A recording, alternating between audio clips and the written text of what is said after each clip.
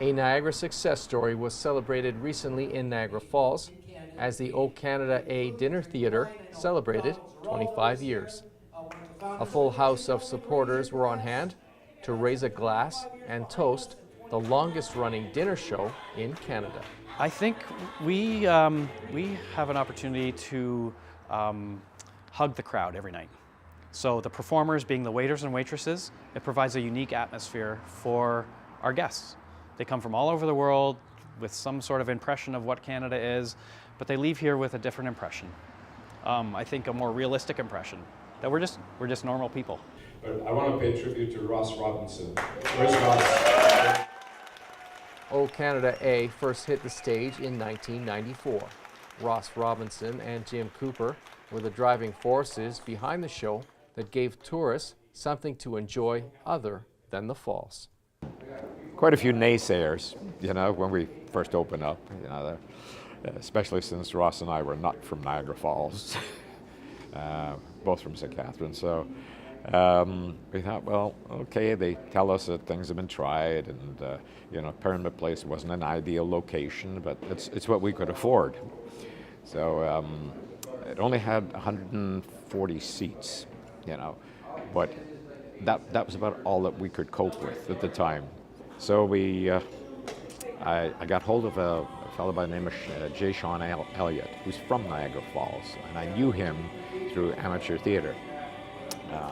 And I told J. Sean that I was starting this dinner theater, but what we need is the theater part of it, because I'm not a writer. I'm a performer, actor, but I could not write to save my life. So Sean said, okay, fine, I'll write a show for you. So I got hold of Tom Ingalls as well. Tom Ingalls, attached to the school board, and head of music there. Also somebody that I knew from amateur theater. And Tom did all the research, got all these Canadian songs together for us. Sean wrote this show, this story. It was kind of a feeble little thing, but it was linking the music together pretty well. And we're pretty proud of what we had to start with. Was it a hit to begin with, or did it take some time? Actually, it was a hit to begin with, because there was really nothing to do in Niagara Falls at night. O Canada A moved from the Pyramid Place to their own location on Lundy's Lane in 1999. The log cabin is the perfect setting for the show that celebrates Canadian history and culture. There was a certain naivete that took us through the early years. And I guess throughout it all, it's our guests that have kept us going, even in those early years, which were pretty challenging sometimes. The feedback we would get from the guests every night, just saying how proud they felt to be Canadian, what a wonderful experience they had here with their families and friends, and that's kind of what kept us going through those early years, and it was a challenge. Tonight was the 4,809th time O Canada A has hit the stage. People love working here. This is the other thing. Our staff are all happy to be here. If we get somebody in here who's a complainer, they don't last long. They're gone. It's a fun place. Theater is a fun business to be in. So I think if you talk to our staff, I think you will find that they really enjoy working here, and they're treated well. Have you been able to put your finger on why this show has been a hit?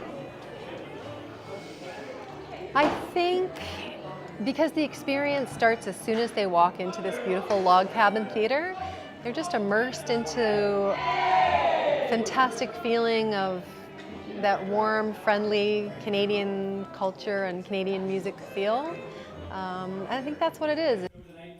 The show has recently been updated and shows no signs of slowing down. And we're just getting started. I feel,